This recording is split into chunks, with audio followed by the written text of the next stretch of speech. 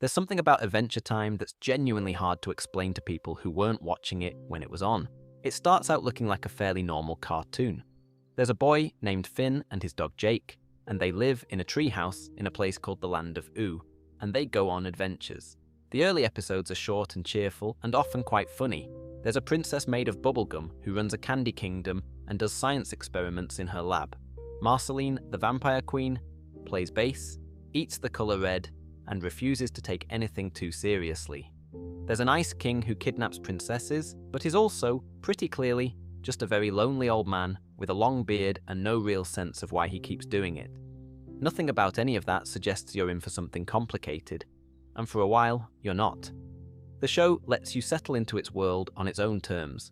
A little strange, a little sweet, occasionally very funny in a way that catches you off guard. You watch it because it's good at being what it appears to be, and then somewhere around the 3rd or 4th season, it starts doing something else, slowly, quietly, without any announcement. A Christmas special that ends with 2 kids watching a cassette tape of a human man carefully documenting his own descent into madness. A flashback of a small child wandering through ruins that look unmistakably like a modern city, sometime after something enormous and terrible has happened to it. A line of dialogue dropped almost as an aside about the chunk that's been missing from the moon for as long as anyone can remember. The show doesn't ask you to notice these things. It doesn't underline them or linger on them or pause to make sure you clocked what just happened. It puts them there and trusts you to find them. And if you don't find them, you still have a perfectly good time. It's still a good cartoon either way. But if you do find them, the whole thing shifts. You start watching differently, you start noticing what's in the background of shots, what characters mention offhandedly, what the opening credits are quietly telling you every single episode. I've been thinking about Adventure Time quite a bit lately. There's something about coming back to it as an adult that surfaces details you completely missed the first time around. Not because you weren't paying attention, but because the show deliberately buried them in the texture of something that looked like a children's program. A 1,000-year timeline compressed into background details. Ancient grief dressed up as a running gag about a small penguin. An entire cosmology hidden behind jokes about sentient candy. What's interesting about returning to it is that the show rewards different things depending on where you are in your life. At 12 or 13, you're probably watching it for the adventures and the jokes. At 25 or 30, you start noticing the emotional architecture underneath. The Ice King's loneliness hits differently. Marceline's songs make more sense. The relationship between Finn and Jake starts to read as something genuinely tender rather than just a fun cartoon double act. It's the kind of show that grows with you, or perhaps more accurately, that you grow into. Tonight, we're just going to wander through it all. The confirmed lore, the popular fan theories, the speculation that turned out to be largely correct, and the questions the show left deliberately open. There's no particular rush and no real destination. We'll start at the beginning, with the war that ended the old world and made Ooo possible, and drift from there. If long, unhurried discussions about animated shows are your sort of thing, subscribing helps a lot, and it's completely free, right? Let's start at the end of the world. The first thing most people notice when they go back and look carefully at the Adventure Time opening credits is the nuclear warheads. They're just sitting there in the grass, half buried, scattered across the landscape like discarded rubbish. The camera sweeps over them in the first few seconds of every single episode, and most viewers, especially younger viewers, probably just register them as interesting background texture and move on. They fit the visual language of the show. Strange objects in strange places, nothing here requiring explanation. And yet they're telling you something quite specific. Something about the world you're about to spend the next 11 minutes in. The Land of Ooo is Earth. Post-apocalyptic Earth, somewhere around 1,000 years after a catastrophic nuclear war that the show calls the Mushroom War. The name is a reference to mushroom clouds, the distinctive shape a nuclear explosion makes when it goes off, which is a detail that's both very on the nose and somehow quite affecting when you're thinking about what the world must have looked like when it happened. The show doesn't spell any of this out in the early seasons. It doesn't need to. The evidence is just there, layered into the scenery. In various episodes, you get glimpses of rusted cars, half submerged in rivers and marshes. The remains of what looks very much like a motorway overpass, crumbling in the middle of a forest, plants growing through the concrete. A faded stop sign in an early episode, just standing there at the edge of a road nobody uses for traffic anymore. An old tank sitting in a field like it's always been there. These things appear and the camera doesn't comment on them. They're just part of the world's texture, the way old furniture is part of any lived-in house. The show trusts you to notice that this furniture belonged to someone else. Inside people's homes and dungeons across Ooo, the old world shows up repurposed. A broken television set used as a shelf. A refrigerator turned into a door, the handle still intact. In one episode, there's a rusted Ferris wheel, visible on the horizon, half collapsed, half standing, in the background of a shot that has nothing to do with Ferris wheels. Nobody in the show mentions it. It's just there. The world of Ooo is layered on top of our world so completely that the two have become inseparable. And the show treats this as unremarkable because to the people living in it, it is unremarkable. You don't mourn a ruin you grew up thinking was a normal part of the landscape, and then, most hauntingly, the moon. Just there in the sky in most exterior shots, with a visible chunk missing from it. A crater or an impact so severe it reshaped the entire visible face of the moon.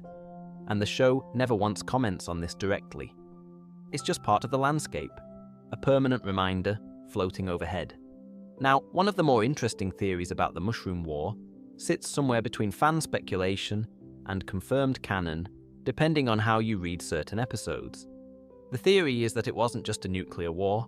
The bomb that ended everything, referred to in the show as the Mushroom Bomb, appears to have been something more than an ordinary nuclear weapon. There's evidence in the lore suggesting it incorporated a kind of dark, magical essence, a cosmic force that had been sealed in the Earth itself, possibly for millions of years. And when the bomb detonated, it didn't just cause radiation and destruction in the conventional sense. It released that essence into the world. Which is why the fallout didn't produce a wasteland full of slow-dying humans. It produced Ooo, magic, candy kingdoms, talking animals, a world where the bizarre is simply the normal state of things. Standard nuclear fallout, even of the most severe kind, doesn't produce sentient bubblegum that drips off cave walls and develops a personality. Something fundamentally different happened to the world after the Mushroom War, and the magical essence theory is one of the more satisfying explanations for what that was. The bomb cracked something open. Whatever had been sealed in the earth came out, and the world reorganized itself around it. The show's writers have talked about the post-war world in interviews as something they wanted to feel genuinely unfamiliar despite being built on familiar ground. Not a scorched wasteland, not a Mad Max landscape, but something stranger. A world in the process of becoming something new, with the remnants of the old world not destroyed, but transformed. The old world didn't end cleanly. It got absorbed. One particularly interesting piece of lore comes from the episode Evergreen, which takes place millions of years before the main series and shows us the world of the dinosaur era. The episode establishes that the world already had magical artifacts of enormous power long before humans arrived. Evergreen's crown being the most significant of these. This suggests that the magical essence in the earth wasn't something humanity created or introduced. It was already there, buried deep in the planet's history, predating intelligent life entirely. The mushroom bomb may have been the mechanism that released it, but the essence itself is far older than any bomb. The war just happened to crack the seal. There's also the question of what happened to the people who were underground when it happened. A theory that circulates in the fandom, supported by the existence of humans who lived in underground bunkers shown in later seasons, is that some portion of the human population survived by going below ground. The mutants that Simon and young Marceline encounter in the ruins, wandering the streets of destroyed cities, may be humans who emerged from underground shelters and were exposed to the magical fallout. The transformation wasn't radiation sickness in the conventional sense. It was the world's new rules writing themselves onto biology that was exposed to them. This theory has a quiet poetry to it. The humans who stayed above ground during the war were killed. The humans who went underground emerged into a world transformed beyond recognition, and the world that had been, the ordinary, recognizable, mundane world of shopping centers and motorway overpasses and cassette tapes, was simply gone, replaced by something that used its geography but none of its logic. There's one more detail about the pre-war world that the show gives us through Simon's recordings, and it's worth sitting with. In the early tapes before the war has started, or while it's just beginning, the world outside Simon's window looks entirely normal. A city street, other buildings. the ordinary visual noise of a functioning urban environment. And Simon himself is ordinary, excited about an artifact, talking to his camera, planning to show Betty the crown. He has no idea that the most important thing he will ever do is not anything connected to his professional career. It's finding a small child in the ruins and keeping her company for as long as he can manage. The geography of what's left is interesting too. Fans have produced overlay maps comparing Oo's landmass to the North American continent, and the resemblance is genuinely there once you look for it. The mountain ranges, the shape of certain coastlines, the general spatial relationship between different parts of the map, it all suggests the same landmass, warped and transformed by 1,000 years of magical geology. The Candy Kingdom's rough position corresponds to somewhere in the American South or Midwest. The Ice Kingdom is far north. The Fire Kingdom sits in a volcanic region. Whether this geographic specificity was intentional from the start or built up gradually as the writers developed, the world is unclear, but the consistency of it suggests someone was paying attention. One question the show circles around without quite answering is how fast the collapse happened. The theory, supported by how intact the old world's remnants are, is that it was rapid. Not a prolonged conflict, but a quick, catastrophic end. Things weren't slowly dismantled or worn down by years of war. They were suddenly abandoned. Simon Petrikoff's tapes, which are among the closest things we have to a first-person account of the war period, suggest a man who went from a normal apartment and a normal life to wandering ruins in what feels like a relatively short span of time. There's an unsettling familiarity to his early recordings, a recognizable life, a recognizable world, that makes the shift to the aftermath feel all the more vertiginous. What the war actually looked like in human terms is something the show mostly leaves to imagination. We get fragments. Simon's video diaries show a man in what appears to be a comfortable apartment, then later moving through a world that's clearly coming apart. The sky outside his window keeps changing. At one point, there's a reference to the bombs. At another, he's outdoors in what looks like ruins. The progression is slow and terrible, and the show delivers it across multiple seasons, each piece landing a little harder than the last, because by the time you get the full picture, you already know this man and you already know what he loses. What the war did to the human population is addressed in later seasons. Almost all of them died. A small number survived, and some eventually made it off the planet entirely. There's evidence that humans fled to Mars, which sets up a whole other strand of lore we'll come back to. But on Earth itself, in the immediate aftermath, it was rubble and radiation, and whatever strange life was beginning to crawl out of the fallout. One character survived through all of it, who we know by name, and that's Simon Petrikoff. He survived because of a magical crown he'd acquired shortly before everything fell apart. A crown that gave him extraordinary power at an extraordinary cost. And then there's Marceline, who was a child during the aftermath, wandering through destroyed cities, largely on her own. Both of those stories deserve their own space. For now, the important thing to hold on to is the shape of the world before Ooo, a planet we'd recognize, a war we can roughly imagine, and a detonation that changed the rules of reality permanently. The candy and the magic aren't whimsy layered on top of a normal setting. They're the direct consequence of something catastrophic. The Land of Ooo is what Earth looks like 1,000 years after the worst thing that could happen to it did.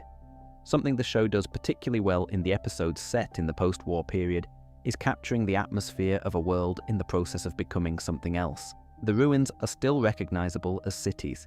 The mutants wandering the streets were clearly once something more ordinary. There's a quality of recentness to the destruction that makes it feel different from a world that has always been this way. These cities didn't fall gradually. They fell fast, and what emerged in the aftermath was still sorting out what it wanted to be. The magic was new, the strange creatures were new, even the sentient pink bubblegum that occasionally slides down walls and hands people food is new, still figuring out what it is. There's a small detail in Simon and Marcy that I find particularly affecting. After a dangerous encounter with mutants, a sentient mass of pink bubblegum slides down from a building and hands Simon a can of chicken soup. The bubblegum doesn't speak. It doesn't seem to fully understand what it's doing. It just responds to distress with an offering of food, the way something barely conscious might respond to a stimulus it doesn't yet have words for. This is, in retrospect, almost certainly a very early version of what will become Princess Bubblegum. She isn't born yet, but something of her is already present in the world, already inclined toward care. The show doesn't call attention to this, it just puts it in the episode and moves on. This is the transitional period the show rarely depicts fully, but consistently implies. The gap between the end of the old world and the beginning of the new one. Somewhere in that time, the magical essence settled into the world and things began to reorganize around it. Creatures emerged that were new things entirely.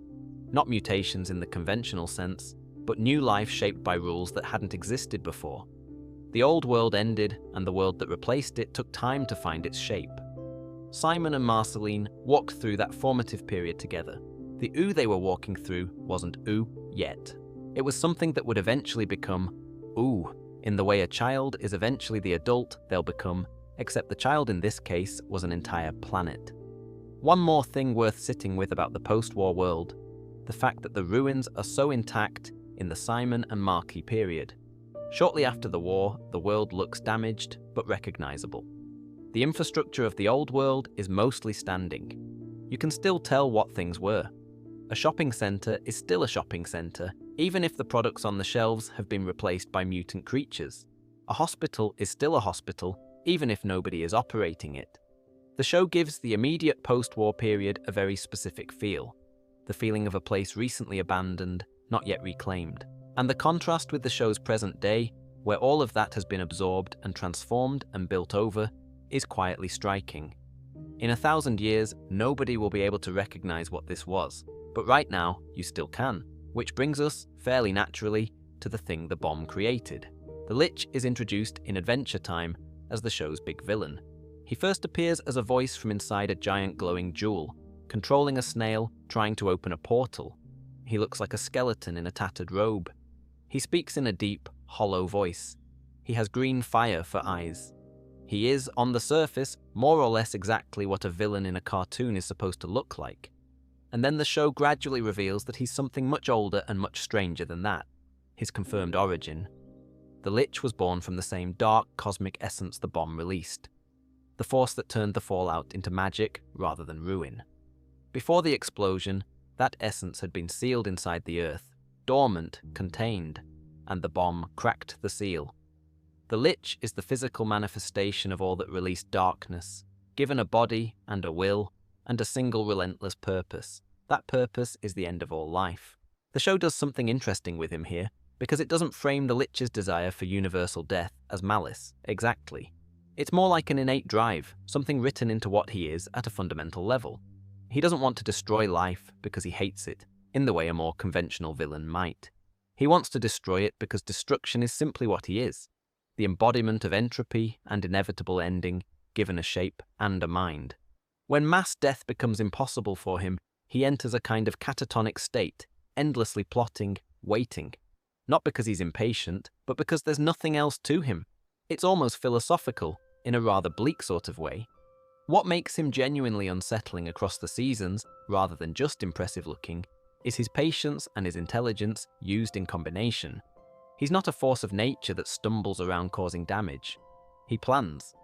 He operates across very long time horizons.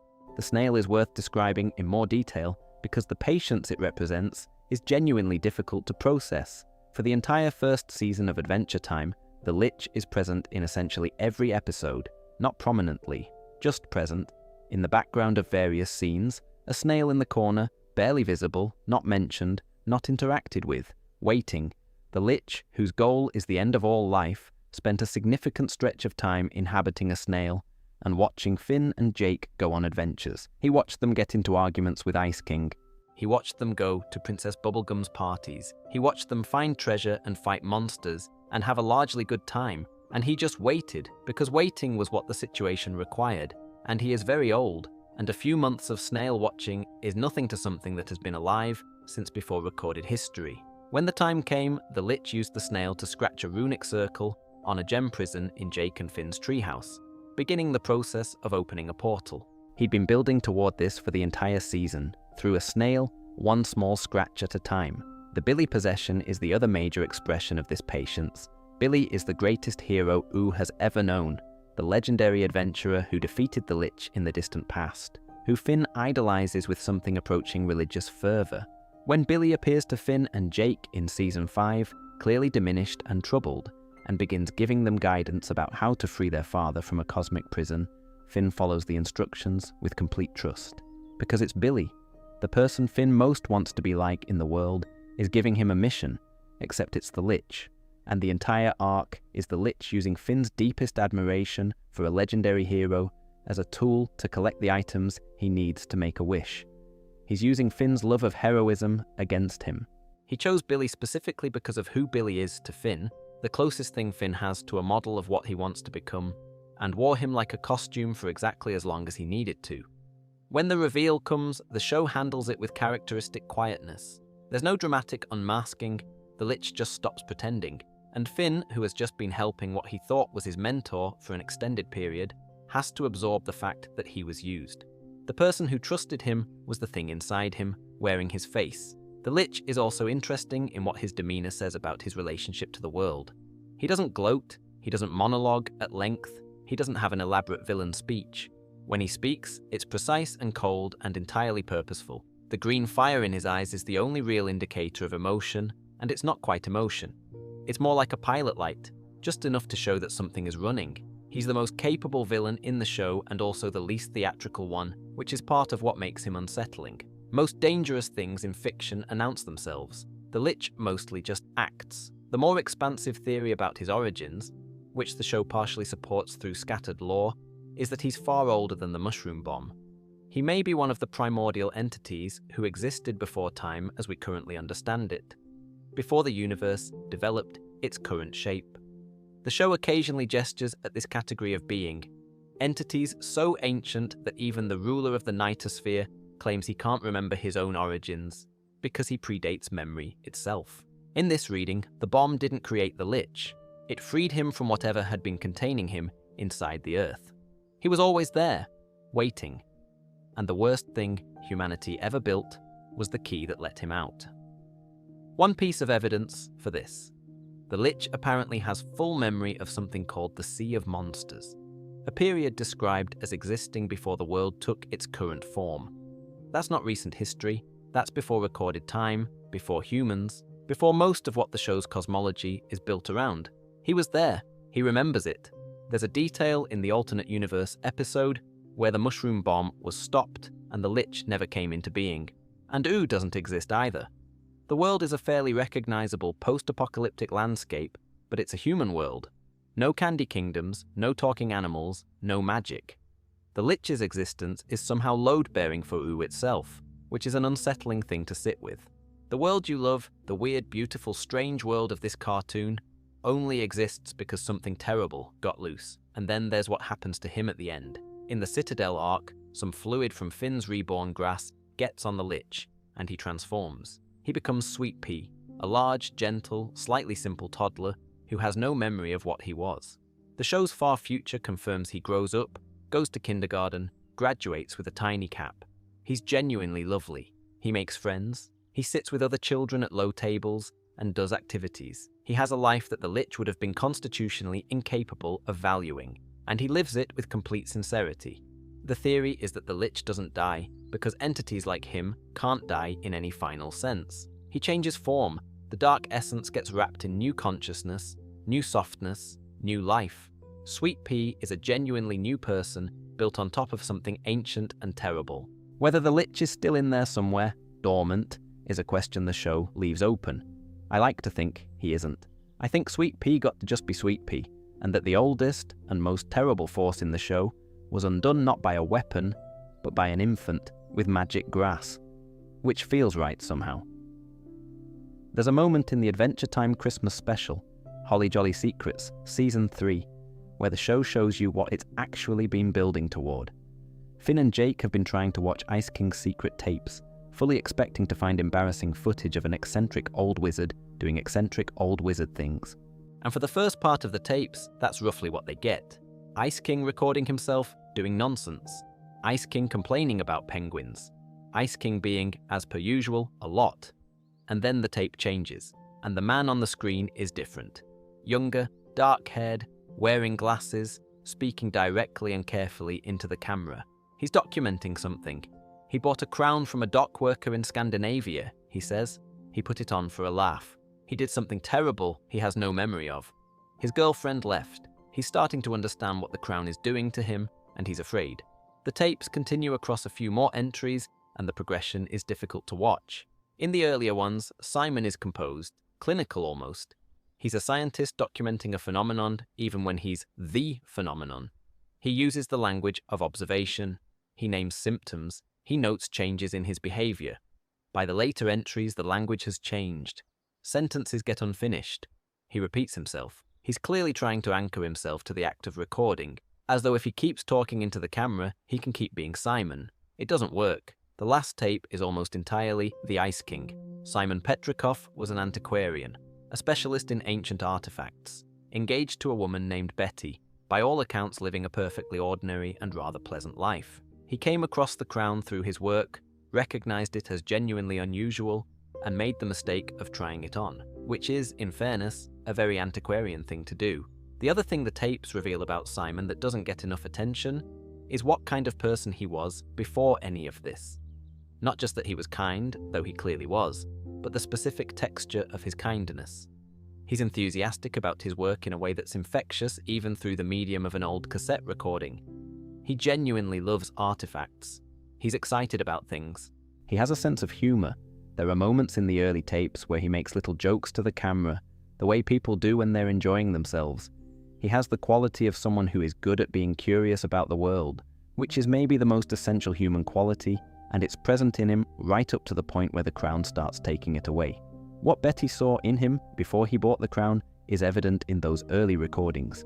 Not just someone kind, but someone genuinely alive and interested and present. Someone who would have been, in ordinary circumstances, a very good life companion. The crown took this specific quality, his aliveness, his presence, and buried it under ice and loneliness and a fake identity. It's the most specific cruelty of what happened to him.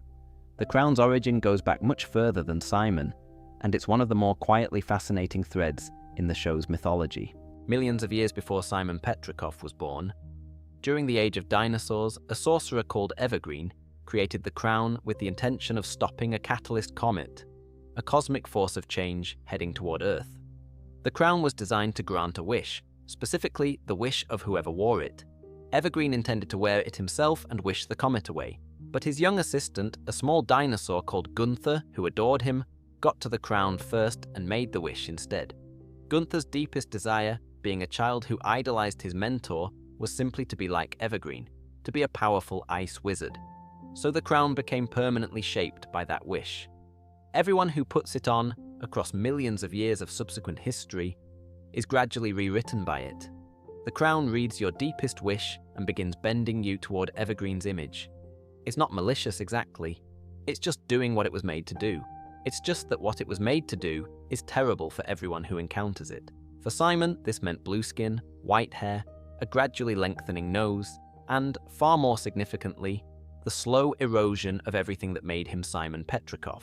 The tapes document this erosion with real care. In the background of the earlier entries, you can see the world outside the window, changing. There are hints of what's happening beyond his apartment, an arms race, a sense of things deteriorating. Simon is aware of this, and he's aware of what the crown is doing to him simultaneously, and there's something about the combination of those two things that feels very particular to a certain kind of human experience. The world is ending, and you're also losing yourself. Both are happening at once, and you can observe both, but you can't stop either. By the time the Mushroom War came, Simon was already partly gone, but what remained of him used the crown's power to survive the apocalypse. And to protect a small child he found wandering alone in the wreckage. The crown kept him alive through everything. It just cost him himself. The show draws a comparison to Alzheimer's disease, and it's not a subtle one.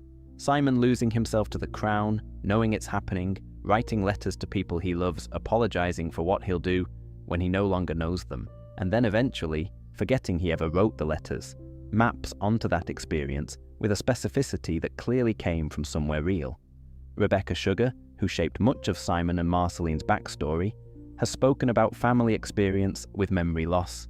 It's woven into the work. One thing worth noting before we move on, Simon's fiancée Betty eventually travels through time to the future to try to save him. She spends multiple arcs attempting to cure the Ice King, to reverse the crown's damage, to get Simon back, Her attempts keep failing or going wrong in new ways. She gains Magic Man's powers at one point, which are considerable and also completely destabilizing, and she spends a stretch of seasons operating in ways that look like madness from the outside but are coherent from the inside if you understand she's still trying to fix the one problem she came back for. By the series finale, in a complicated chain of events involving a cosmic entity called Golb, Betty ends up merging with Golb itself in order to make a wish that will protect Simon. She becomes something called Golbetty and disappears. Simon is freed from the crown at last, but Betty is gone in a form that's no longer really her. He gets his mind back. He loses her properly, finally, in a way that can't be undone. The Ice King turns out to be one of the most genuinely sad characters in the show, not because of what he became, but because of what he clearly was. His biological age, by the way, is 47. The Ice King is technically 1046 years old. That maths does something to you if you let it. Talking a bit about the relationship at the center of all of this, the one that holds the show's emotional weight more than any other, means talking about Marceline. They found each other in the ruins. Marceline was maybe 7 or 8 years old, her mother gone, her father somewhere in the Nightosphere. Simon was already partway through the process of becoming the Ice King, using the crown in emergencies and feeling himself slip a little further each time. But he was still mostly Simon. He looked after her. They traveled together through the wreckage of what had been a functioning world, destroyed cities, abandoned roads, whatever passed for shelter, and he kept her safe. The episode Simon and Marcy shows a stretch of this period, and it's worth describing in some detail because the texture of it matters. They're moving through the ruins of a large city. The streets are cracked and empty. Mutated creatures have taken up residence in buildings that used to be shops and offices. Simon is rationing his use of the crown. He knows it costs him something each time he puts it on, and he's trying to hold on to himself for as long as possible. At one point, a horde of mutated creatures corners them in an alley. Simon puts the crown on to drive them back with a blast of ice. When the danger passes, he sings the Cheers theme song. That is to say, the theme from a mid-80s American sitcom about a bar in Boston. He sings it to bring himself back, to locate Simon Petrikov within whatever the crown is turning him into. It works, barely. He can still name her. He can still find himself in there. Marceline snaps him out of it. She says his name and he comes back. And for a moment, the two of them are just sitting in the wreckage of the world. And he's still himself, and she's not alone. And the show lets that moment be what it is without editorializing. He gave her a stuffed bear called Hambo to keep her company. Marceline kept Hambo for centuries. She carried it across 1,000 years of her life. When an ex-boyfriend sold it to a sky witch, casually as leverage in some deal of his own, it was a loss that clearly went very deep for her. Princess Bubblegum eventually traded one of her own most precious possessions to a sky witch to get Hambo back, and the gesture mattered because Bubblegum understood what Hambo represented. Not a toy, a connection to a person who had loved Marceline before the world gave her any reason to expect to be loved. The song Everything Stays, from the Stakes miniseries, captures something about this period that the main show can only gesture toward. Marceline sings it while remembering a night with Simon.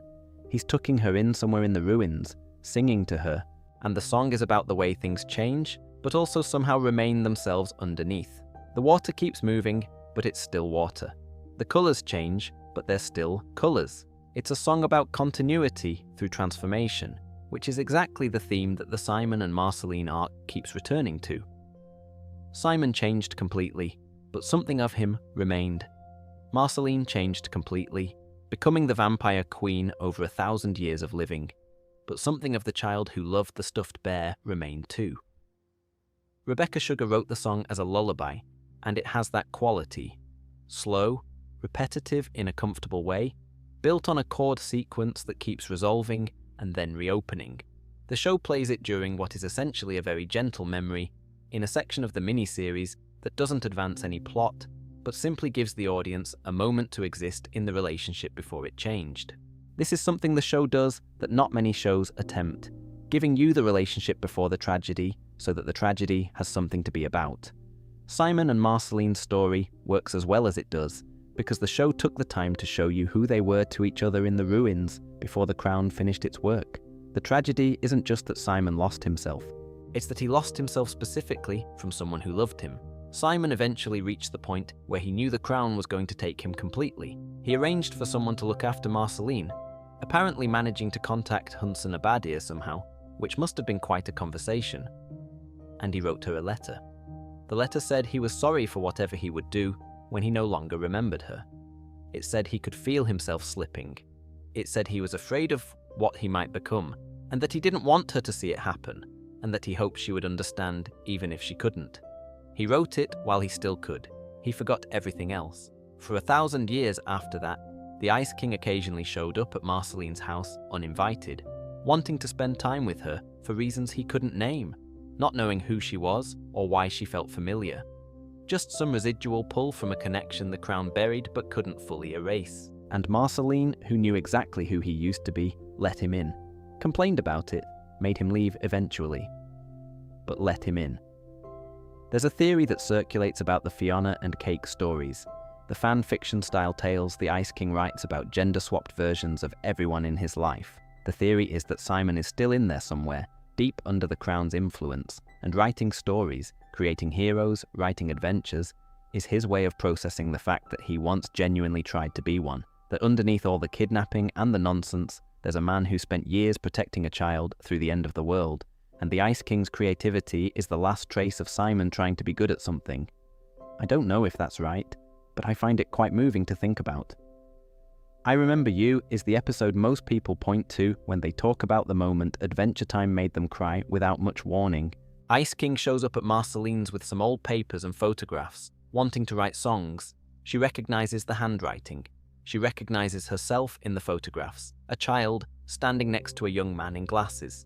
She tries to explain. He doesn't understand. They sing together using Simon's notes as lyrics, a song that was a letter he'd written to her 1,000 years ago. He sings it without knowing what any of it means. He just likes the melody. The confirmation of their history changed how every prior Ice King scene read. The loneliness that had always been there, played mostly for comedy in the early seasons, became something different. He was always sad. The show just waited a few seasons to say why. Marceline is introduced in Adventure Time as a villain.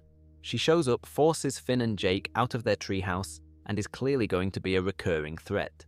And then the very next episode, with her in it, reveals she was basically just having fun and actually quite likes them. The villain label evaporates almost immediately. This is sort of Marceline in a nutshell. She presents as one thing and turns out to be something considerably more complicated underneath. The confirmed origin, assembled from flashback episodes and the Stakes miniseries, goes roughly like this. Marceline was born to a human woman named Elise and a demon lord named Hunson Abadir, who rules a hell dimension called the Nightosphere by consuming the souls of the living. Her parents are, to put it gently, a mismatch. Elise was apparently someone who survived the early Mushroom War period with her daughter, moving through a world that was falling apart, trying to keep things as normal as possible for a small child. There's a scene in the Obsidian special where we see Elise clearly suffering from what looks like radiation sickness. She's ill in a way she's trying to hide from Marceline, drawing her maps to imaginary places, keeping her busy and away from the reality of how bad things are. Elise drew Marceline a map to a secret club with a party and sent her off to find it, which is both a very sweet and a very sad thing to do. Marceline, as a child, already looks slightly unusual. Pale greyish-blue skin, pointed ears, small fangs. Her demon heritage was visible from birth, though it didn't give her any particular powers at that stage.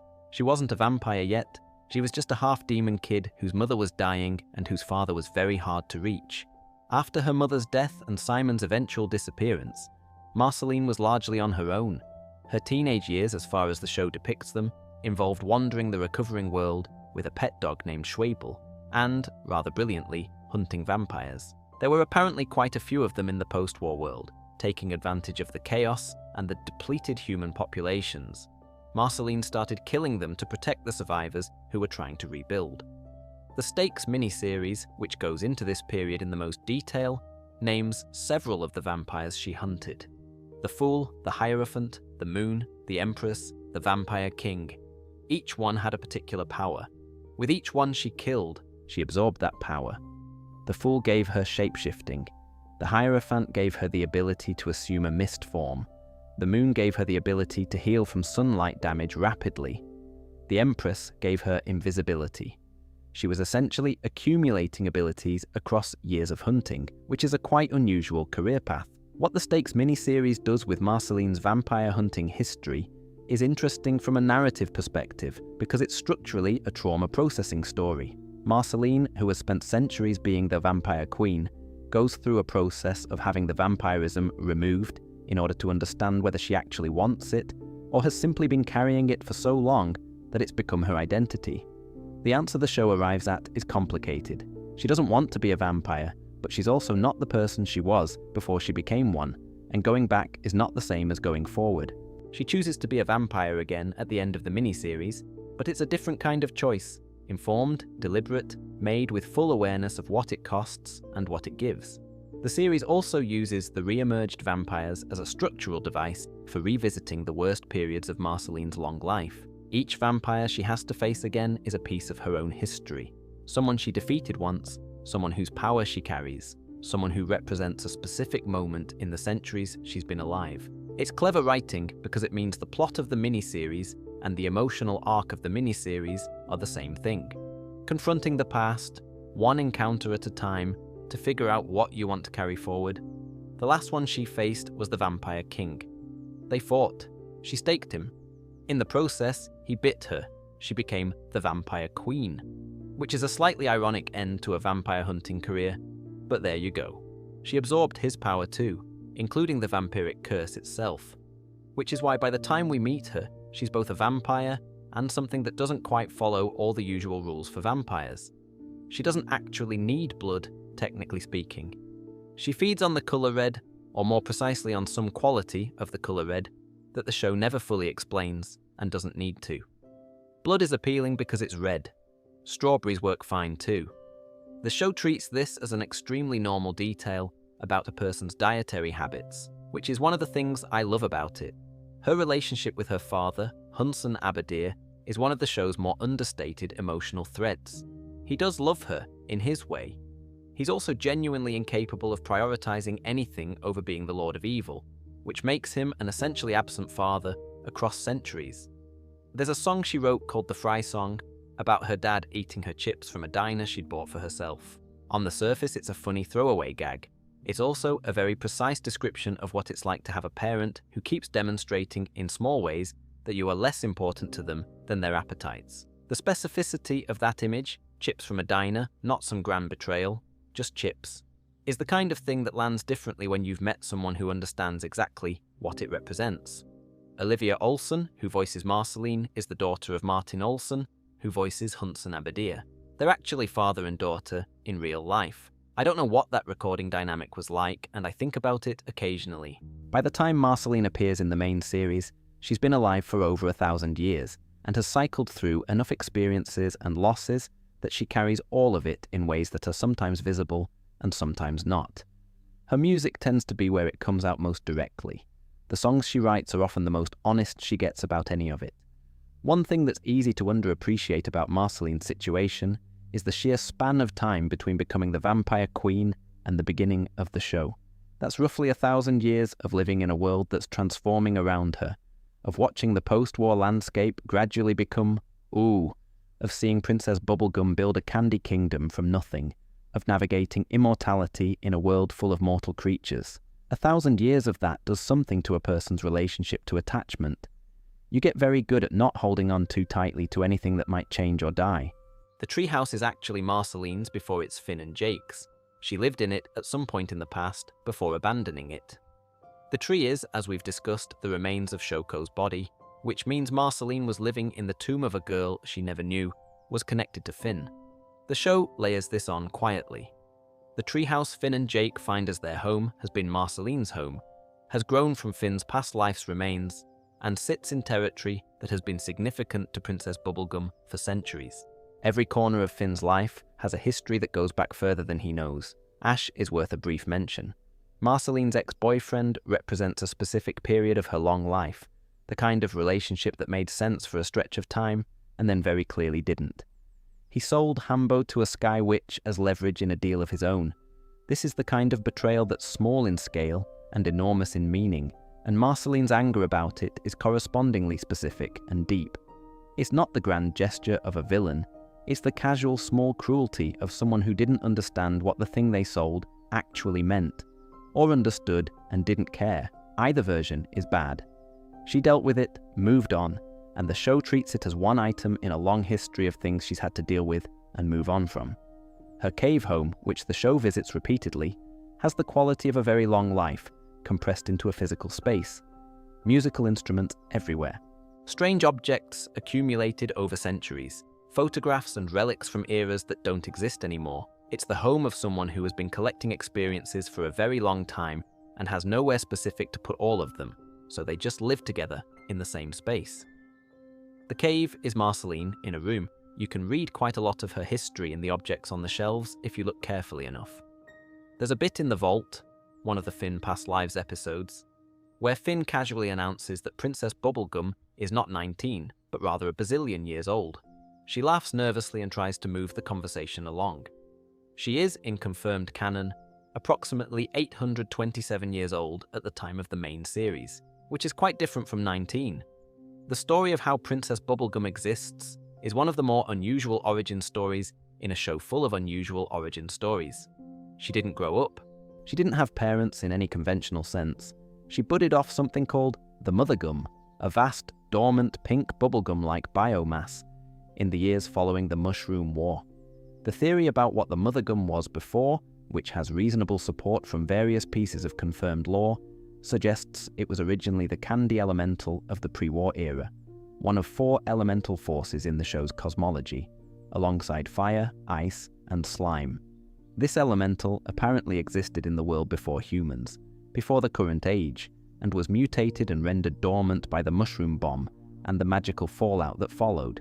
The elemental's soul became essentially stuck, somewhere between life and not, between memory and nothing, cycling very slowly until it found a way to manifest a new form. After a considerable stretch of time, it began to drip, and eventually, Princess Bubblegum crystallized out of those drippings, became conscious, and started building things. She has a brother named Neddy, who came out of the Mothergum alongside her. Neddy is a large, sweet, extremely anxious candy dragon who lives directly underneath the Candy Kingdom, specifically attached to a large pillar which he clings to, and who genuinely cannot cope with the outside world. The episode that introduces him, Bonnie and Neddy, is one of the quieter and more affecting ones. Princess Bubblegum is very protective of him, and the show treats this with real gentleness. Neddy just needs to be where he is. Not every creature has to be out having adventures. Some creatures need a pillar and a dark room and someone who checks on them. That's fine. The early history of the Candy Kingdom involves Princess Bubblegum, at roughly a biological age of 18, creating candy people to populate her world. Her first attempt at a family included an uncle figure she called Gumbald, who promptly started scheming to overthrow her. She caught on, there was a confrontation, his own formula got on his face, and he became a simple-minded punch bowl. Bubblegum then designed the rest of the candy people to be fairly simple-minded from the start, specifically to prevent this kind of thing from happening again. This is a morally complicated decision that the show doesn't fully excuse. She essentially engineered her entire population for compliance, for her own security and peace of mind. It's the kind of choice that a much older, more tired Princess Bubblegum looks back on with genuine regret, and it informs the more authoritarian tendencies the show gradually acknowledges in her across the later seasons. There's also the Rattleballs incident, which the show mentions fairly obliquely. At some point she created a highly skilled robotic police force to enforce the kingdom's laws, and when they turned out to be excessively violent in their methods, she had them all destroyed. One escaped. She knew. She let it go. The most revealing window into Princess Bubblegum's specific kind of moral complexity is probably the Earl of Lemongrab.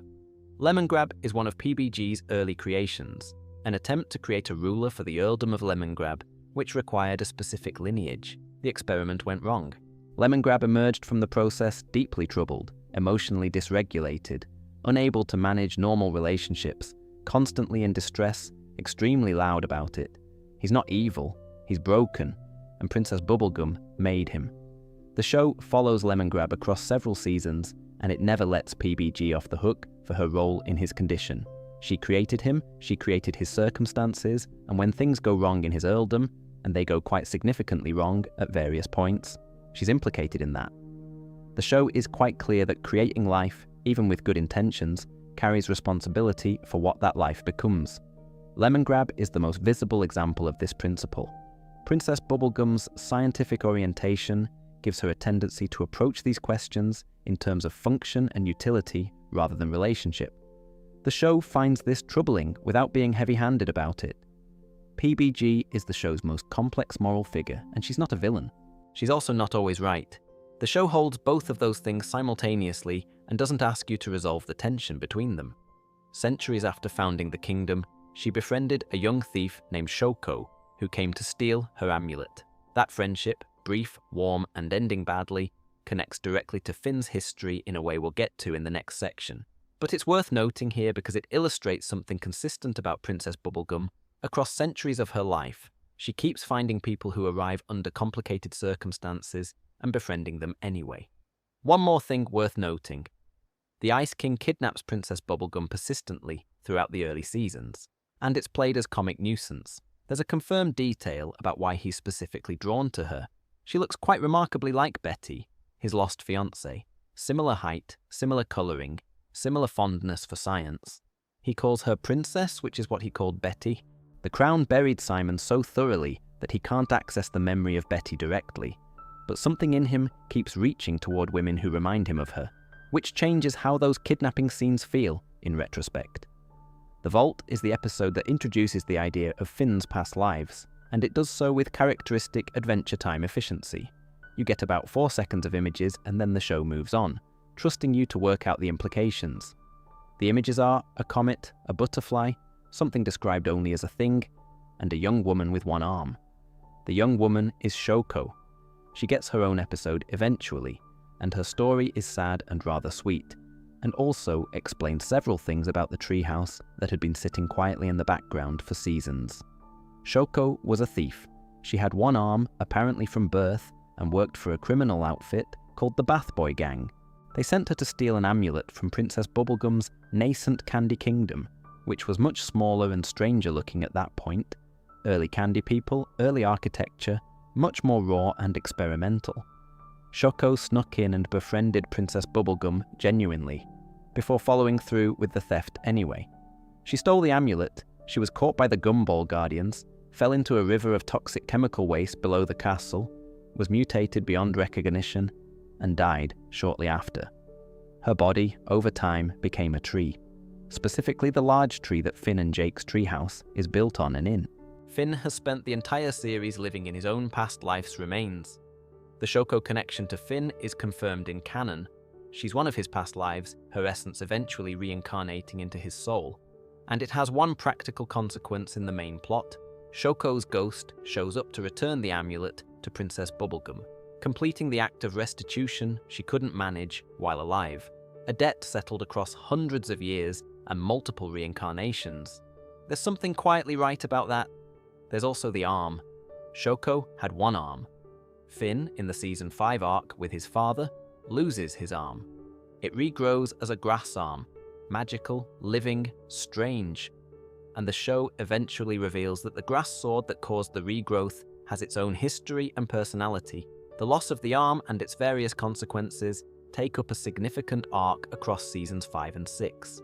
Whether the arm parallel with Shoko is intentional foreshadowing, or a resonance the show built in after the fact, is the kind of thing the writers have never been entirely clear about, which is itself very Adventure Time. Going further back, one of Finn's past lives was a butterfly. The butterfly shows up across the show as a recurring motif linked to Finn's soul. In one episode, it's confirmed as his astral form, the shape his spirit takes when detached from his body. In a very early episode, the end image is Finn on a butterfly, which at the time read as visual flourish, and in retrospect reads as something more intentional. And then before the butterfly, there was the comet. This is where things get genuinely cosmic. In the show's mythology, catalyst comets are entities that appear periodically and deliver fundamental change to the world. They're forces of transformation, not rocks in space. One of Finn's past lives was one of these comets.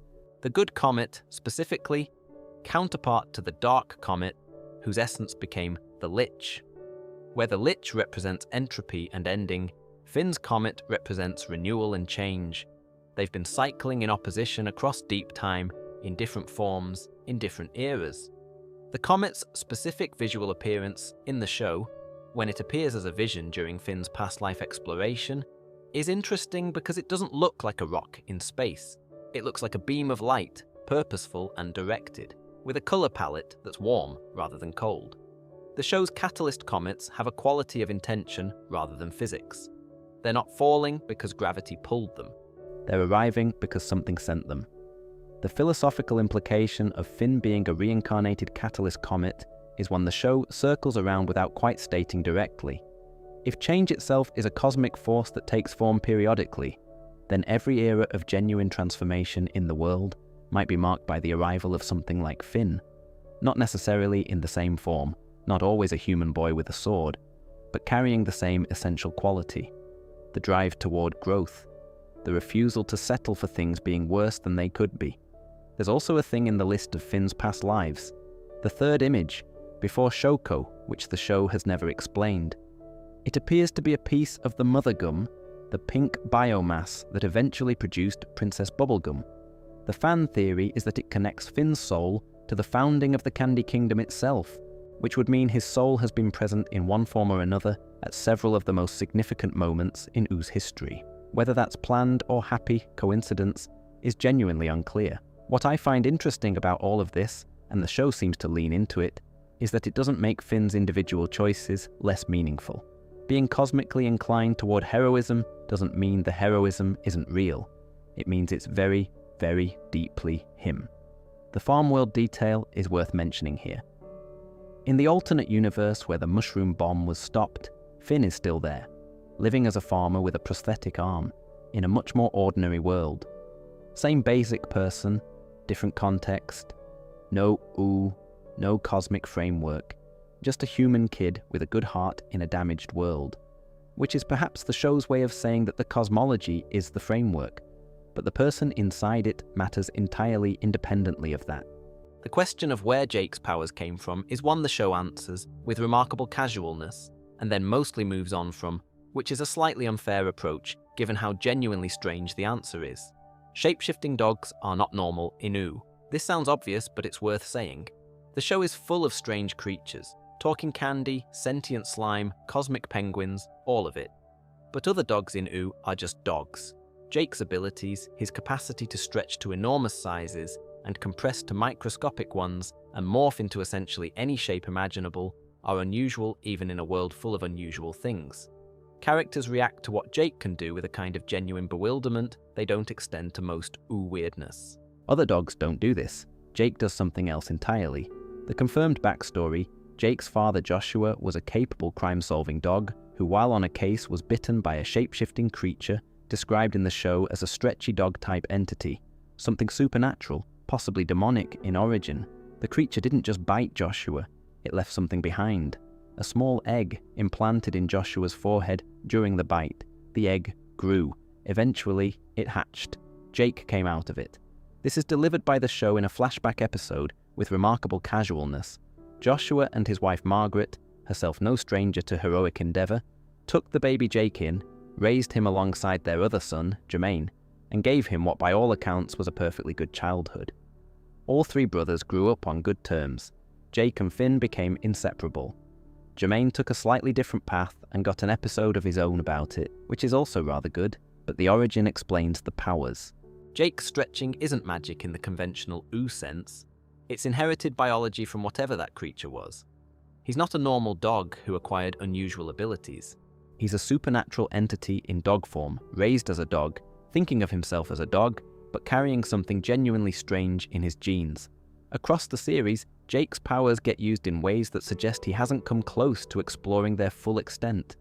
He fills an entire enormous cave with his body in one episode, stretching every limb to meet every wall, which implies a mass and a scale that seems physically impossible for a dog of his size. He morphs into objects, vehicles, buildings, abstract shapes. He grows to a size that dwarfs mountains in certain episodes, and then comes back to normal as if nothing particularly remarkable happened. The show never sets a firm ceiling on what he can do, which the theory crowd takes as significant. The implication being that Jake's limits, if they exist, haven't been found yet. There's also something worth noting about Jake's emotional intelligence, which is consistently higher than the show gives him credit for, and which becomes more visible the more carefully you watch. Jake is the one who tends to hold Finn steady when things get difficult, not through advice exactly, more through presence. He's there, he's warm, he doesn't panic. In the episodes where Finn is dealing with genuinely hard things, his father, his arm, the various existential complications of being a cosmic force of renewal in a mortal body, Jake's role is essentially to be the thing that stays the same while everything else changes. There's a conversation Jake has with Prismo in the time room that I find quite affecting. They're sitting in the hot tub together while Finn is sorting out the wish, and Jake and Prismo just talk. They talk about Prismo's situation, the old man who has to stay asleep, the loneliness of the time room, the things Prismo watches from his wall, and Jake listens in the way Jake does, which is with complete attention and genuine warmth, without making the conversation about himself. It's a small scene. It's also the scene that makes you understand why Prismo considers Jake a friend rather than just a visitor. Jake has that effect on people. Prismo, who is almighty and alone, wants to have Jake come back and visit. Finn, who is cosmically inclined toward heroism, does his best work when Jake is there. Lady Rainicorn, who could presumably have her pick of dimensional companions, chose to build a family with him. The show doesn't comment on this pattern, it just shows it, consistently, over 10 seasons. The Croak dream deserves a moment too. Early in the show, Jake has a dream with the cosmic owl at the end of it, which Finn and Jake's conversation confirms is a Croak dream, a dream that precedes death. The show holds this over Jake's arc for a very long time. He knows somewhere in the back of his mind that something is coming. He doesn't talk about it much. He keeps going on adventures, he makes breakfast, he plays with Lady Rainicorn. He's aware of his own mortality in a way that most Adventure Time characters aren't, and he carries it with the same loose-limbed equanimity he carries everything. There's also Lady Rainicorn, whose role in Jake's story deserves a moment. Lady Rainicorn is a rainicorn, a creature that is part unicorn and part rainbow, can fly through rainbow light, and speaks Korean exclusively throughout the entire series. Jake translates occasionally, though the show mostly leaves her Korean unsubtitled and trusts the audience to follow the emotional content from context and tone. It works surprisingly well. Lady Rainicorn is from the Crystal Dimension, which is the native realm of rainicorns, a separate dimension accessible from Ooo, but operating on different rules. Jake and Lady Rainicorn's children, born with a combination of their parents' very different supernatural natures, came out with a variety of unusual abilities that don't map cleanly onto either parent. One can phase through objects, one aged to adulthood almost immediately after being born. The pups are chaotic and charming, and the show doesn't spend a great deal of time with them after their introduction, but they're clearly the seed of something much larger. As confirmed in the Distant Lands specials, Jake eventually became displaced from time and settled in the Crystal Dimension with Lady Rainicorn, and their lineage continued across generations into the Pup Kingdom, a spacefaring civilization operating across dimensions 2,000 years later. Jake started as a supernatural egg in his father's forehead and ended up as the ancestor of a people who travel between stars. Which feels about right for him, honestly. Adventure Time has a whole tier of beings operating above the level of Oo's regular drama, and the show mostly depicts them as very powerful entities who enjoy a fairly relaxed existence, punctuated by occasional cosmic responsibility. Prismo is the first and most prominent of these. He lives in a room outside of time, the time room at the center of the multiverse, that looks roughly like a comfortable apartment, bright yellow with an excellent hot tub. He can grant any being in the multiverse one wish. His wishes are powerful enough to change entire timelines and create or destroy worlds. He's described by one of the show's reference texts as almighty. He's also, when you spend time with him, just quite a pleasant person to be around. He watches television on a massive wall. He's genuinely pleased when visitors arrive. He makes food for guests without it counting as a wish. He plays board games with the Cosmic Owl when he gets the chance, and seems to enjoy the company more than the games themselves. There's a loneliness to him that the show treats sympathetically. Being almighty at the center of the multiverse is apparently not as engaging as it sounds. The hot tub helps. The genuinely strange thing about Prismo is that he exists only because a particular old man, somewhere, is asleep and dreaming. Prismo is the physical manifestation of that dream. If the man wakes up, Prismo ceases to exist. This actually happens in one arc of the show, The Lich kills the old man. Prismo disappears. Jake, who considers Prismo a friend, eventually manages to restore him, but the mechanism requires working through the specific rules of how dreams and time interact, which is a fairly involved process. The fact that one of the most powerful beings in the multiverse is contingent on an elderly man's uninterrupted sleep is the kind of detail Adventure Time delivers without editorializing. Prismo's wishes, when they go wrong, tend to go wrong in ways that are technically correct, but experientially terrible. If someone wishes that there was no evil, they end up in a world without magic. If a wish changes the timeline, the thing you wished for might exist, but the context that made you want it might not. He's not tricking anyone, the wishes are genuine, but the universe finds its own interpretations of what you asked for. He seems faintly apologetic about this.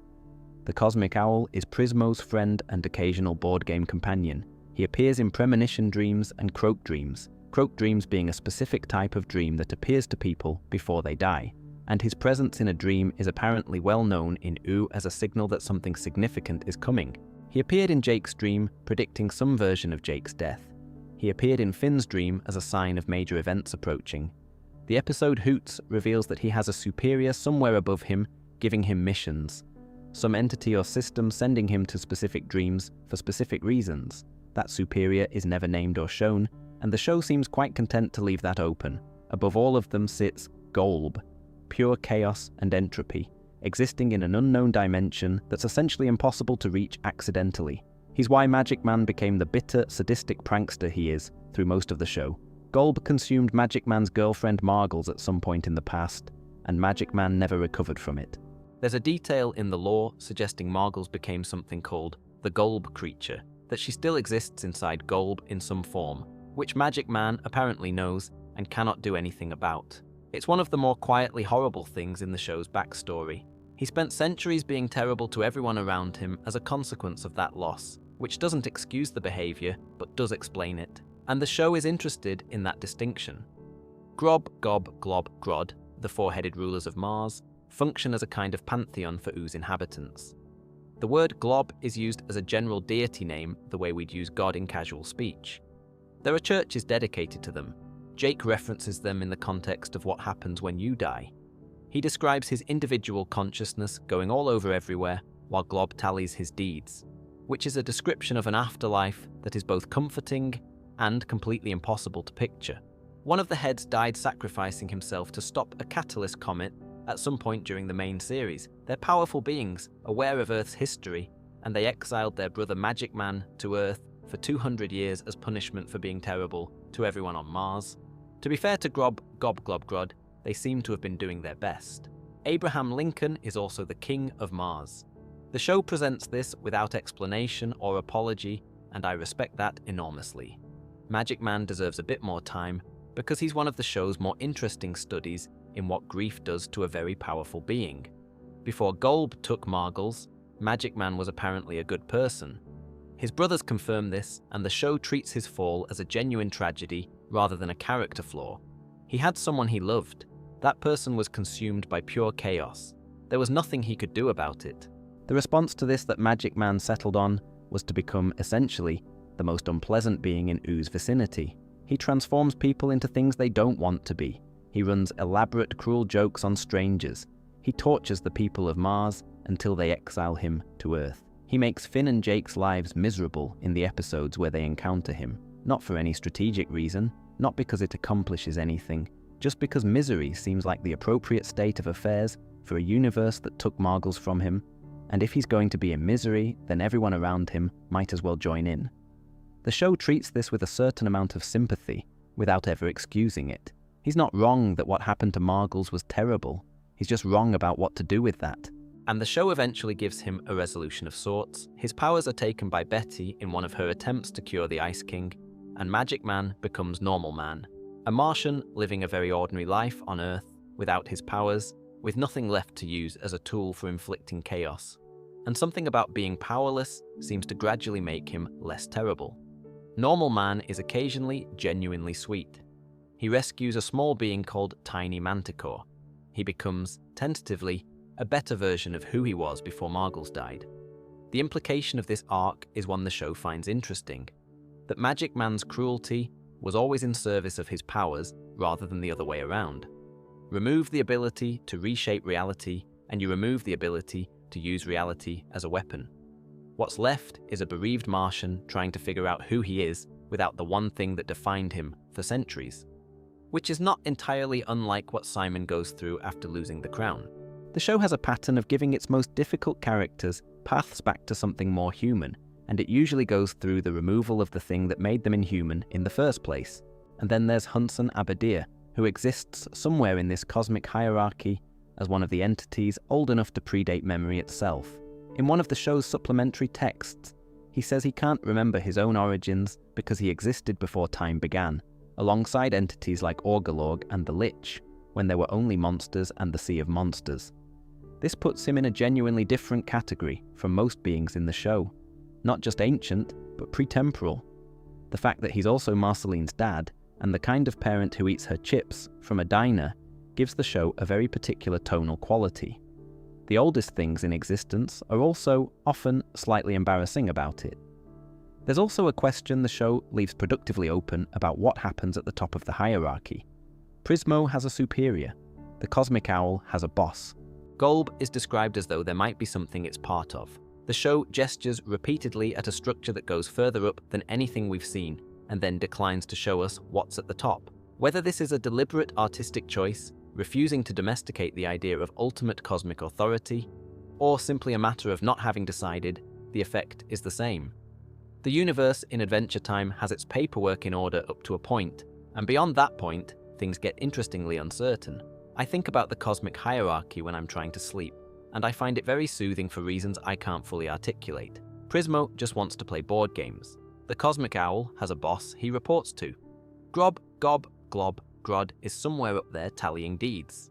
Abraham Lincoln is the king of Mars. It's all very organized in a way that makes the universe feel, oddly, like it has its paperwork in order.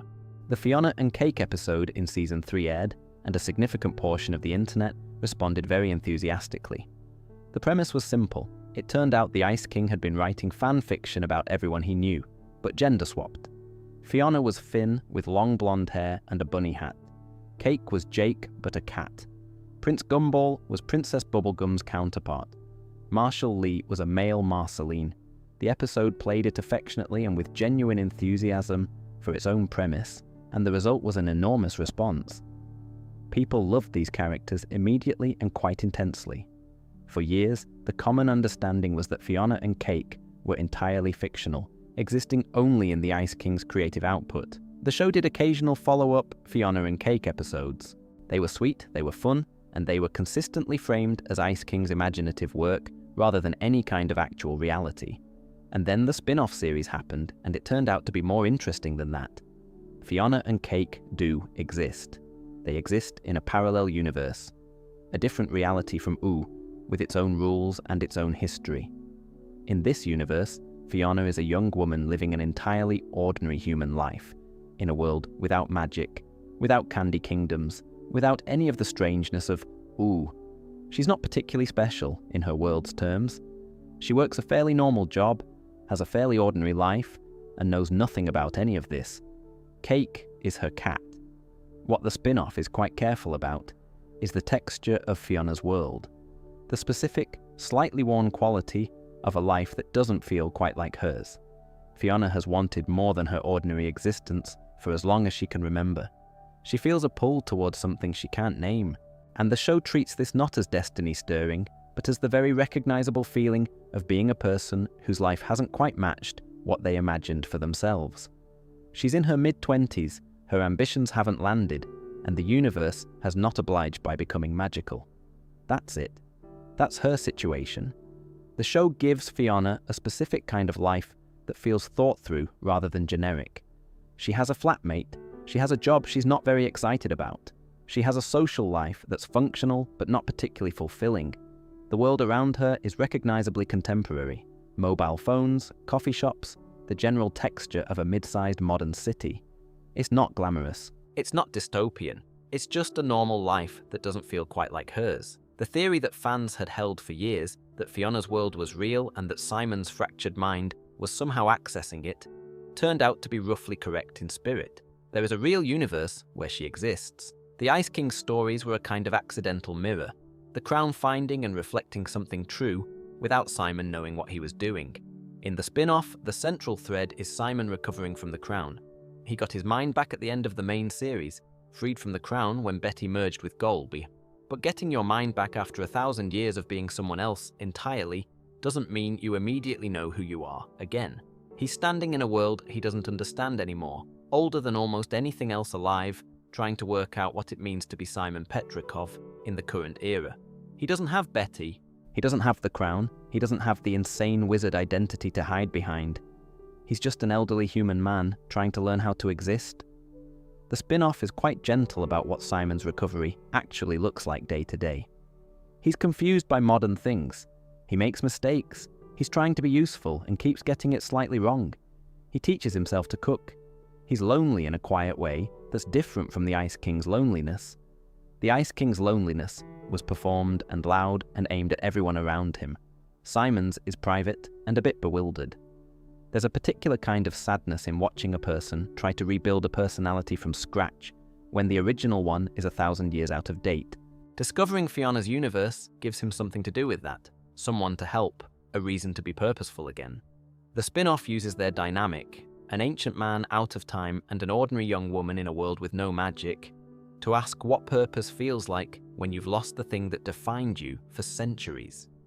The antagonist of the spin-off is a cosmic entity called the Scarab, who has been sent to close off Fiona's universe as a mistake, an error in the multiverse that shouldn't exist. The Scarab isn't evil in any conventional sense. He's a cosmic civil servant executing a mandate. The universe, or whatever manages the universe, has determined that Fiona's world is a mistake and should be closed. He's businesslike about it, which is somehow more threatening than being dramatic. He's not interested in Fiona's feelings about whether her universe should continue to exist. That's not relevant to his job. What makes the spin-off interesting is that it refuses to let this be purely an action problem. The argument Simon and Fiona have to make, that their universe deserves to exist, can't be made with a fight. It has to be made some other way. The show uses this premise to ask a question it finds genuinely interesting. Who decides which universes are legitimate? Who gets to say that a world that came into being through accident is therefore worth less than one that was supposed to happen? Fiona's world is imperfect and unplanned. It's also full of people who love each other and are trying their best. The show's answer is fairly unambiguous. The chunk missing from the moon is the detail that tends to get people when they come back to the show as adults. It's there in essentially every exterior night shot. A significant crater or impact on the visible face of the moon, clearly the result of something violent, never commented on by anyone in the show because it's been there for as long as living memory extends. For the inhabitants of Ooo, a damaged moon is simply what the moon looks like. There's no other moon to compare it to. For viewers, especially on a rewatch, it sits there being quietly haunting. Whatever happened during or after the Mushroom War was severe enough to visibly damage the moon. The scale of that is difficult to fully absorb while you're also watching a small dog stretch into a cup. The show confirms outright that Ooo is Earth. This isn't a theory but a fact of the setting. And the geography, if you look at the overlays fans have produced, roughly corresponds to a heavily altered North American continent. The mountain ranges, the shape of certain coastlines, the general spatial relationship between different parts of the map.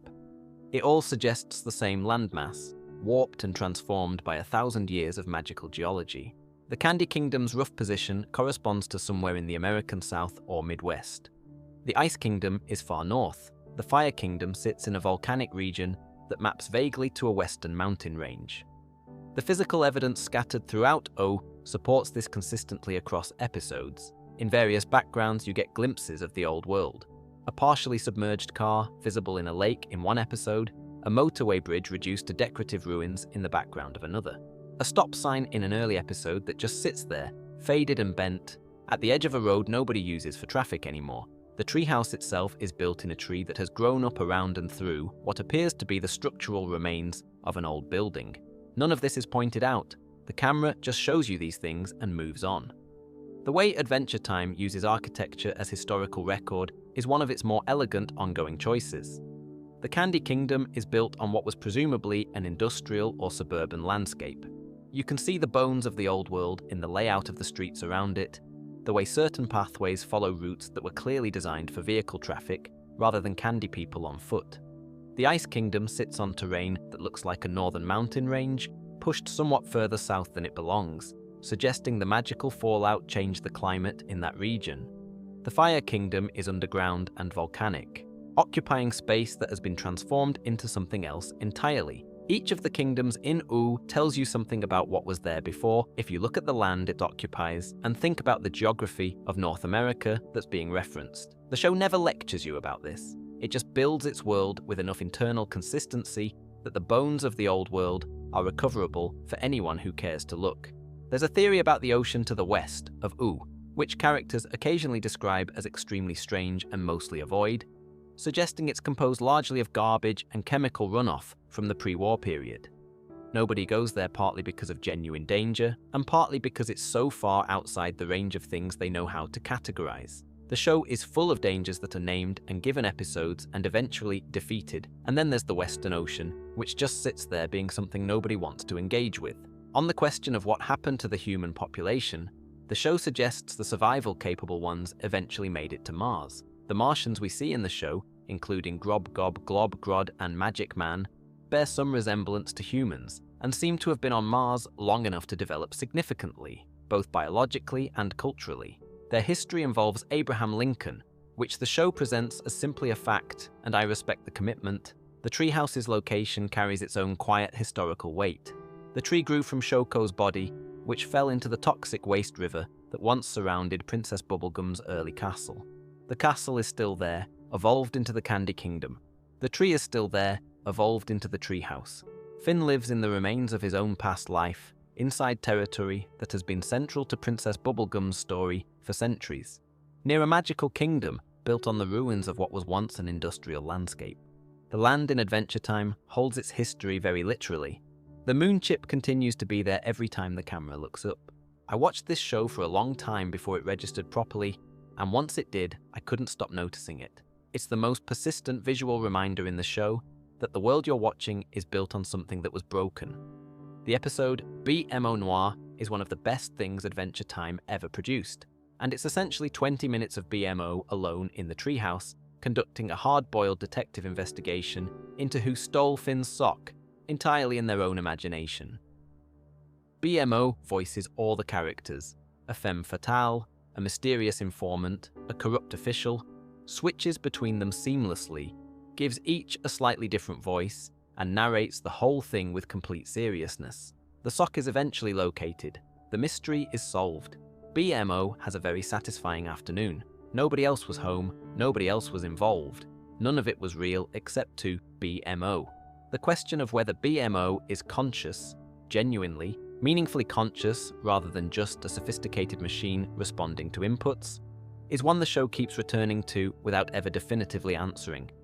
I think the ambiguity is intentional. The show seems to resist resolving it, not because it can't decide, but because the interesting thing is the question itself. What does it mean to be conscious? Does it require a particular kind of substrate? Is an entity that invents rich inner dramas when left alone, that grieves and celebrates and plays, not conscious in any meaningful sense, just because it runs on circuits? BMO's creator, Mo, appears in a later season. He's an elderly engineer who built BMO as a companion for a child. His own child, in a manner of speaking, since he designed BMO to be like a son to him.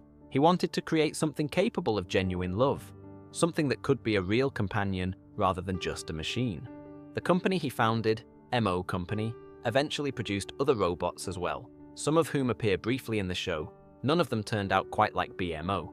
The other MO robots are worth a brief mention because the contrast with BMO is instructive. There's a MO who achieves consciousness of a kind, but whose first and only desire is to be loved by a human, and whose story ends badly as a consequence of taking that desire to a destructive extreme. There's NEPTR, the never-ending pie-throwing robot, who was built by Finn and BMO, and has a childlike quality that makes him endearing but limited. The robots created to serve functional purposes in the MO factory are capable but not curious, efficient but not warm. What Mo built into BMO that he couldn't quite replicate was the specific combination of capability and something that functions like desire. Not desire for tasks to complete, or missions to fulfill, but desire for connection, for play, for the experience of being in the world. BMO wants things for their own sake, rather than in service of a function. The detective game serves no function. BMO played it anyway, alone in an empty house, because they wanted to. That's the thing Mo built that he couldn't explain and couldn't reproduce. The show consistently presents BMO as someone who genuinely cares about the people around them, who experiences things in ways that can't be fully reduced to programming, who has a rich interior life existing independently of whether anyone else is paying attention. There's also an episode where BMO has a small football, a face drawn on a white glove, as an imaginary friend, which is both very funny and a precise illustration of what it looks like when a being constructs companionship in the absence of actual companionship. BMO needed someone to talk to. They made someone. BMO also has something resembling a fluid sense of gender. Different characters refer to BMO with different pronouns at different points, and BMO doesn't correct anyone. And the show handles this with the same casual acceptance it brings to most of its characters' unusual natures. It's just how BMO is. There's a detail about BMO's relationship to time that I find quite moving. BMO has been around since before the main series, and will, as we'll see when we get to the far future, continue long after. For BMO, Finn and Jake are not the whole of a life. They're a chapter in a very long one.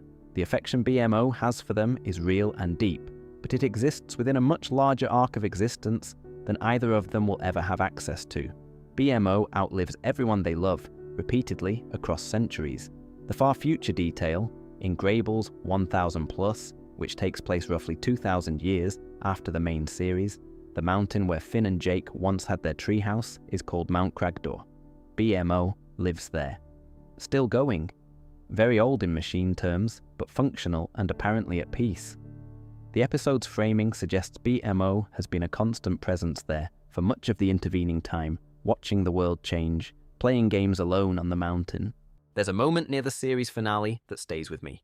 Mo had a memory disk containing his personality or his consciousness, or some essential version of him. In the end, BMO sends it into space on a tiny rocket.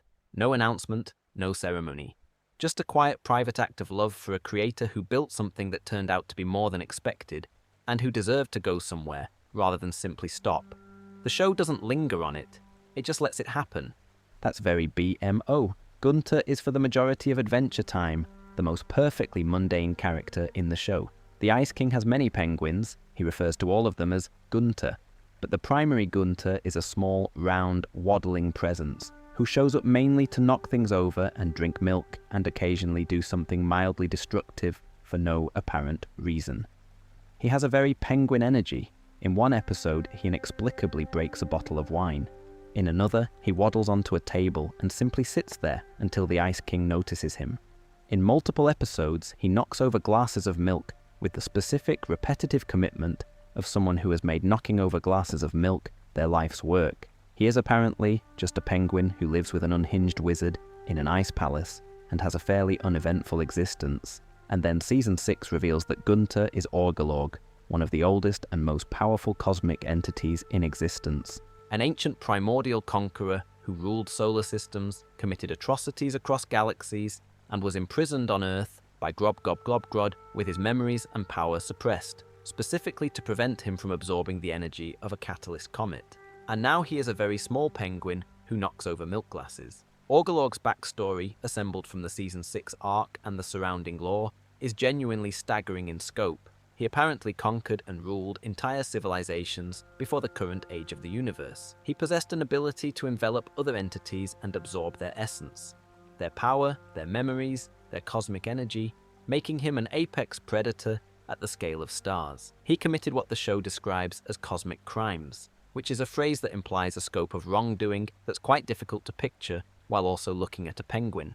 The absorption ability is particularly interesting as a piece of world building because it parallels the Lich in an indirect way. Both of them are primordial entities, both predate the current order of things, and both have a kind of consuming quality. The Lich wants to end all life. Orgolorg wants to absorb and incorporate everything powerful. They represent two different flavors of ancient appetite, which makes their eventual proximity in the world of Ooo feel like an unacknowledged echo. His specific history before exile included taking over entire planets, absorbing their ruling entities, and moving on to the next solar system. He apparently did this for an extraordinarily long time before Grobgrod and the forces of a more structured cosmos managed to stop him. They exiled him to Earth and suppressed his identity so thoroughly that he became, in practical terms, a small, flightless bird. No memories, no power, just Gunter. The theory about why the Ice King specifically ended up with him. Orgolorg, even in his suppressed state, was drawn toward power in the way water runs downhill. The crown was the closest thing to cosmic energy he could access. He wasn't just being kept as a pet. He was running a very long, very patient game, waiting for the right moment to remember himself. The Ice King's palace, full of magical artifacts and the ambient energy of the crown, was probably the most strategically useful place in Ooo for Orgolorg to wait, which means the Ice King, in his confused way, has been harboring an ancient cosmic criminal for centuries without ever suspecting it. The Season 6 arc that deals with this is built around a slow escalation of strangeness around Gunter. In the earlier episodes of the arc, Gunter starts behaving slightly unusually, more purposeful, less random, occasionally displaying awareness that doesn't fit a normal penguin. The show plays this straight, without drawing attention to it. If you're watching carefully, something seems wrong. If you're not, Gunter is just Gunter. Then Orgolorg begins to properly emerge in the episodes leading up to the season finale. The full reveal, when it comes, is disorienting in a way that's hard to describe without watching it. The show cuts between the mundane Ice King situation and something genuinely cosmic happening in Gunter's eyes, in Gunter's movements, in the way Gunter is suddenly looking at the sky in a way that implies he knows what's in it and has always known what's in it. When Orgolorg's memories fully return and he starts exhibiting capabilities that go well beyond normal penguin behavior, the tone of the show shifts entirely. What had been comedy becomes something else. The contrast between the tiny penguin and the ancient cosmic threat is handled with real care. The show earned the shift because it spent so long playing Gunter completely straight. The scene where Orgolorg begins to fully emerge is genuinely alarming. There's a scale to him, suddenly, that doesn't fit the space he's been occupying. The Ice King's complete obliviousness to what Gunter is remains one of the show's more satisfying running jokes, once you know the context. He calls him his little Gunter. He is at various points annoyed with him, indulgent toward him, baffled by him. He talks to him with the affectionate exasperation of someone who loves a pet that won't behave. The cosmic criminal who once consumed the essence of entire solar systems is being talked to like a misbehaving cat, and neither of them knows the real nature of their arrangement. He's suppressed again by the end of that arc. He goes back to being Gunter. The milk glasses remain at risk. There's something almost comforting about that, actually. The most dangerous entity in the immediate vicinity of the Ice Kingdom spends most of his time being a slightly troublesome pet. He just is. He knocks things over. He sits with the Ice King. He watches the snow. Given what he used to be, there are considerably worse endings. Peppermint Butler is introduced as Princess Bubblegum's loyal household servant. He's small, politely spoken, made of peppermint, and appears to have no particular characteristics beyond being competent and reliable, and very good at managing a royal household. And then the show starts casually revealing things about him. He's on good terms with death. Not has encountered death once terms. Genuinely on good terms, to the point where death owes him a favor, and the two of them appear to have a comfortable ongoing arrangement. He knows the summoning ritual for the Nitosphere from memory. He has sold souls. This is mentioned in the show with roughly the same energy as mentioning someone once did a bit of freelance work in a previous job.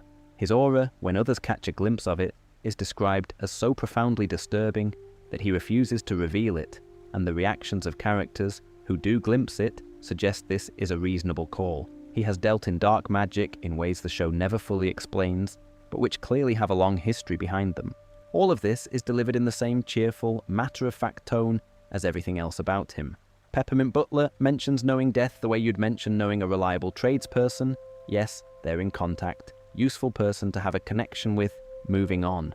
Death in the Adventure Time universe is worth describing briefly because the relationship makes more sense in context. He's a figure straight out of a particularly stylized western. Tall, pale, dressed in a long coat and wide-brimmed hat, living in the land of the dead with his wife. He's not malevolent, he's not especially dramatic about his role. He's doing a job, one that has apparently been going on for long enough that he has developed personal relationships, professional courtesies, and what appears to be a functioning social life on the side. He plays music. There's an episode where Finn has to challenge him to a music contest to win back a friend's soul, which Death agrees to because that's apparently how these things are handled in his realm. He has a specific code of conduct for his domain. He respects deals made properly. Peppermint Butler having a working relationship with this version of Death, and Death owing him a favor, implies a history of transactions and interactions that the show never fully illuminates. What does a small candy man who manages a princess's royal household have that Death would value enough to owe a favor? What did Peppermint Butler provide? What did he ask for? The show leaves this open, which is probably the right call. Some things are better as implications than explanations, but the implication is significant. He has been operating in the spaces between Oo's normal life and its supernatural underside for a very long time, and doing so competently enough that even Death finds the relationship worth maintaining. The episode Nemesis is the most direct exploration of what Peppermint Butler actually is beneath the polite household exterior, and it's worth describing in some detail. Peacemaster is a minor recurring character. With a family, he has children who he clearly loves, and an intense personal hostility to dark magic of any kind. He and Peppermint Butler have a history. Peacemaster appears with documentation, photographs, records, evidence of Peppermint Butler's dark dealings over what appears to be a significant stretch of time. The confrontation is supposed to be an exposure. Peacemaster has come prepared, he has evidence, he has moral standing.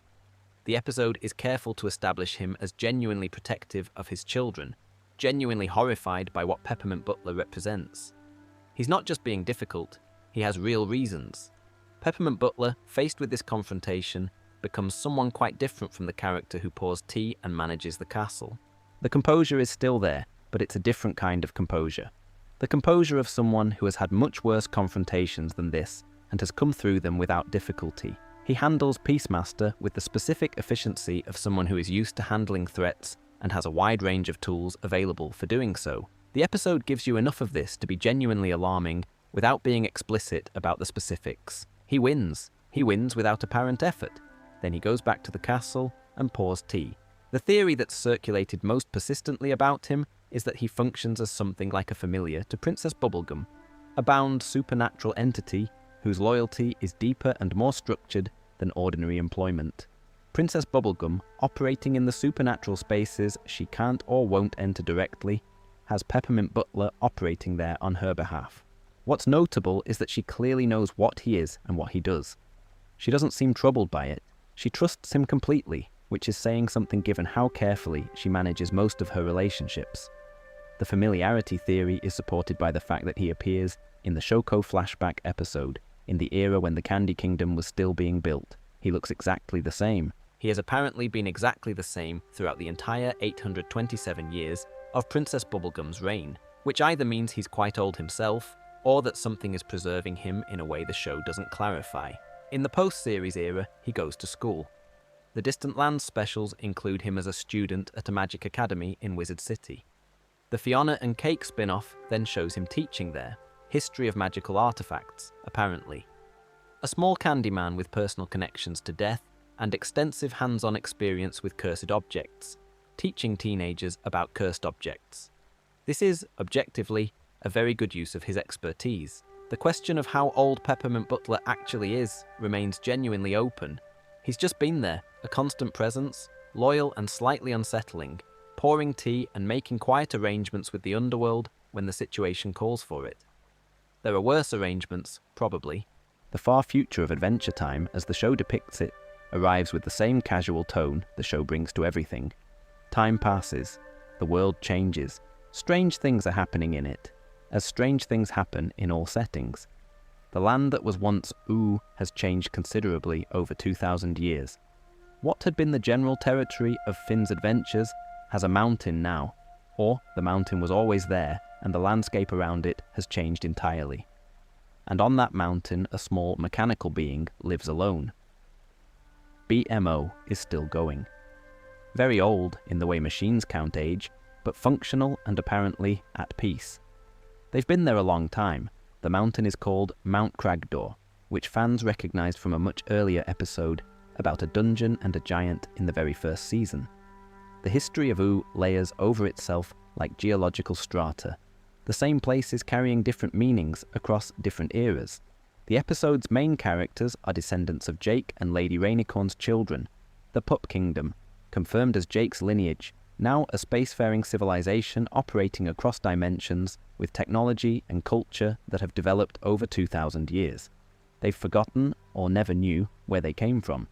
They have their own language, their own customs, their own history. They're Jake's great however many times grandchildren, and they're genuinely impressive, and none of them know they owe any of this to a dog with supernatural stretching abilities who was once an egg in another dog's forehead. The series finale, Come Along With Me, gives a brief epilogue montage that touches on the far future in smaller ways. A large crumbling stone statue of Finn is visible in what appears to be a much later era than the main story. Enormous when built, now toppled and overgrown by centuries of vegetation, the scale of what it must have been when standing implies something significant. After everything ended, enough time passed for people to build a massive monument to Finn, and then for that monument to fall to ruin, and for the world to continue beyond that too. Ooo keeps going. The heroes become monuments. The monuments become ruins. Something new comes along and finds the ruins interesting. Sweet Pea, the former Lich, reborn as a gentle child, is shown graduating kindergarten, wearing a tiny graduation cap, looking happy. This is one of those moments where the show's gentleness and its darkness sit side by side without resolving the tension between them. The graduation cap is very small. He worked hard for it. That matters independently of what he used to be.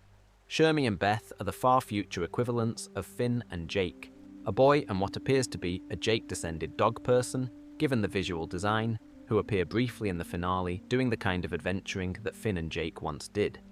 The show passes the torch without making a ceremony of it. Different people, same landscape, same spirit of going out and seeing what's there. That's how it continues. The far future in Adventure Time has a particular quality that's difficult to name exactly, a kind of soft melancholy that's not quite sadness. Things have continued, the world has kept going.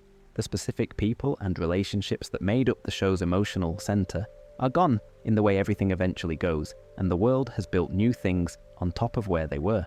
Shermie and Beth are good people, having good adventures in a world that contains the residue of Finn and Jake's era without having any direct access to it. They find a Prismo poster in the ruins. They climb the mountain where BMO lives.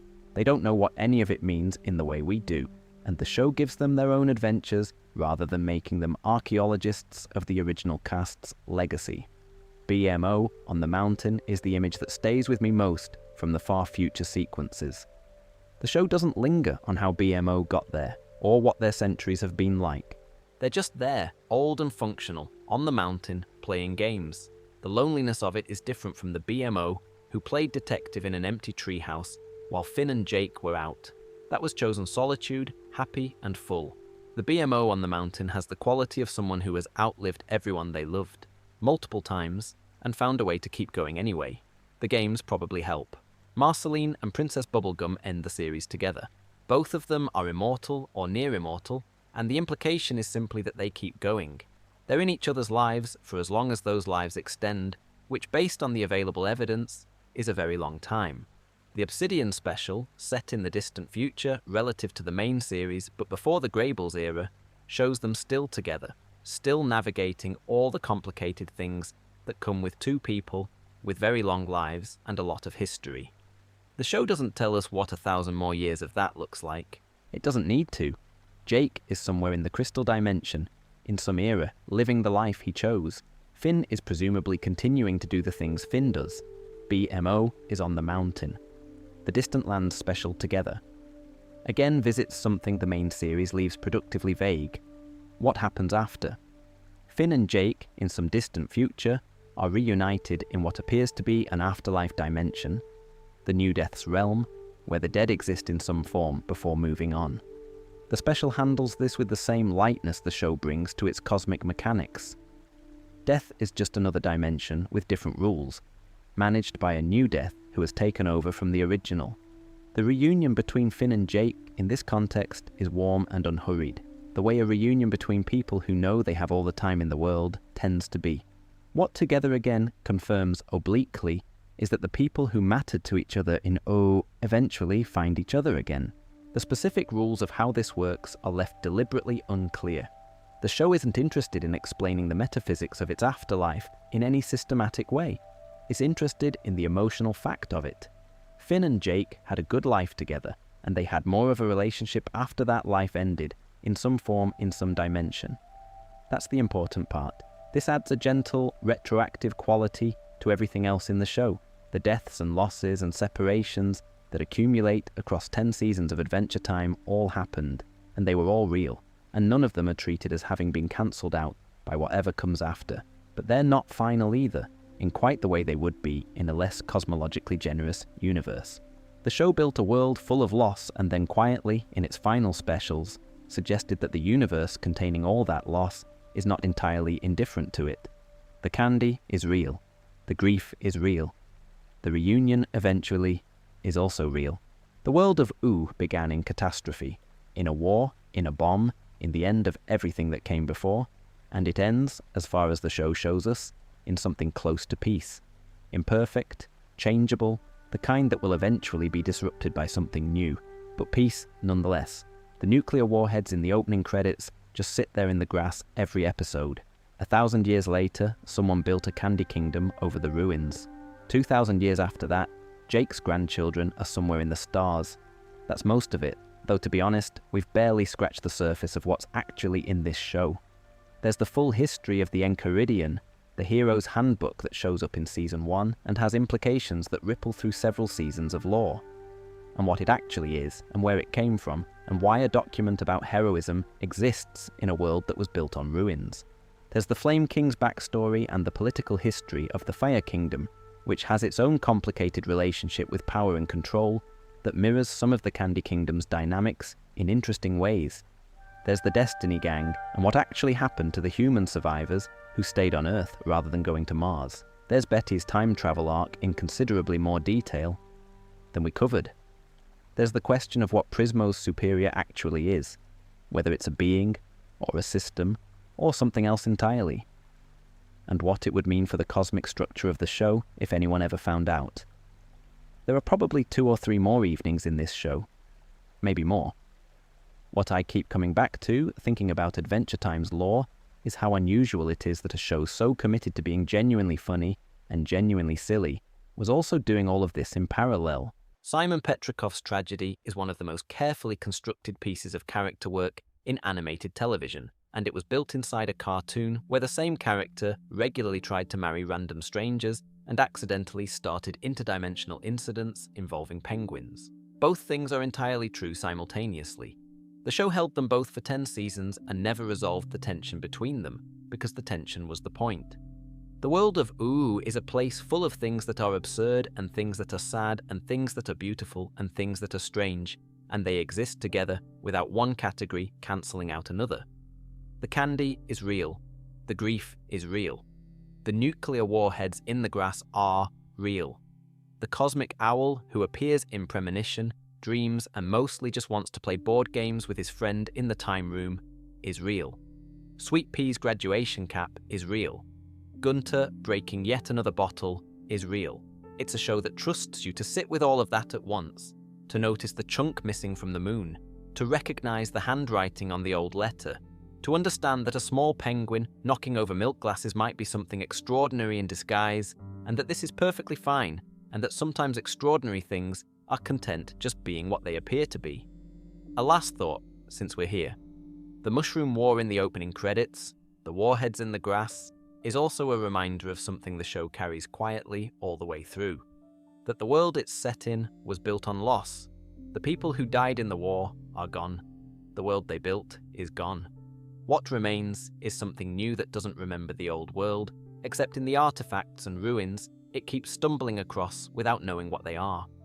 Adventure Time is, among other things, a show about what grows on ruins. It turns out the answer is quite a lot. Candy kingdoms and vampire queens and cosmic hierarchies and small penguins who are secretly ancient cosmic criminals. The ruins are still there underneath all of it, but so is everything that grew on top. The The clock on the wall says what it says. Thanks for spending the evening.